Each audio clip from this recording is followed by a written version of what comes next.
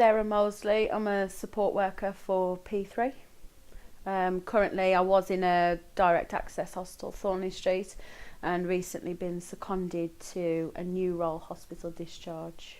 Basically it aims to prevent clients from being discharged homeless, so working across New Cross Hospital, sort of like the main A&E hospital, and the mental health hospital Penn. The hope is that we can actually make the link into the hospital to actually plan a better discharge. But we'll also work with clients if they sort of present at the navigator, or if they present at housing options, where if the unfortunate has happened and they have been discharged homeless, then we'll try and work with them. The aim is to then try and get them accommodation, whether that be supported housing, whether that be hostel, or whether that be hopefully into their own accommodation. The other part, sort of like coming into the funding, is basically preventing them from completing a full cycle and actually going back into hospital.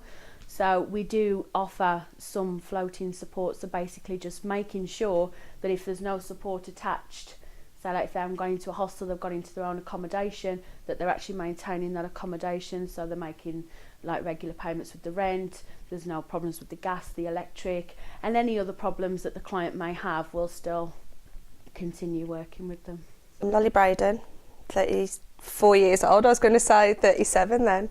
34 years old, live in Wolverhampton, team manager currently for a utility company, water company, and about it really. Used to really enjoy a social life and get, be out and about quite a lot. I was residential at the Barbary Mental Health Hospital in Birmingham, predominantly for an eating disorder that I've got. But I've got other mental health issues in the way of self-harming and depression. While I was in hospital, possibly about 2 or 3 weeks prior to being discharged, I was made homeless by my mum. Initially I phoned the council, and the lady I spoke to initially was really rude to me, and because I lived in Coventry prior to coming back to Wolverhampton, she basically dismissed me and said, "You're not our problem," in a sense, which really got me down, brought my depression on quite a lot again while I was in hospital.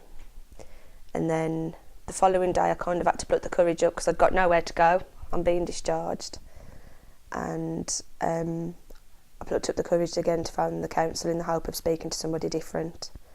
And I did. I spoke to a really lovely lady, Elaine Ireland, who without a doubt listened to me for seconds and said straight away, "I know of a woman that you can speak to," which was Sarah. I'd obviously not heard of P3 at that time. And within about 5-10 minutes, Sarah had found me. And within 24 hours, she'd come out to the Barbary with Julie. And it's all gone from there. Sorry. Not only rehoused me, but the one-to-one support that I've had on a daily basis has been amazing.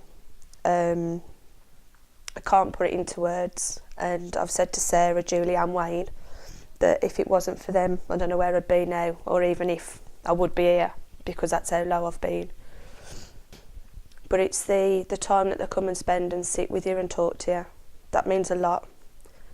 And the advice that they give you, and like for myself at the moment, I've gone down to half pay, and I am struggling financially as well. But like the help that they've given me and the direction that they've given me in that respect as well has been phenomenal. It's really brought it home to me that, even though I felt so alone and so, on my own, I know that I'm not, and I know that there's, if I'm feeling like this, there's other people out there that are going to be feeling like it, and if nothing else, I just want to help those people. But if, in all honesty, P3 has given me hope.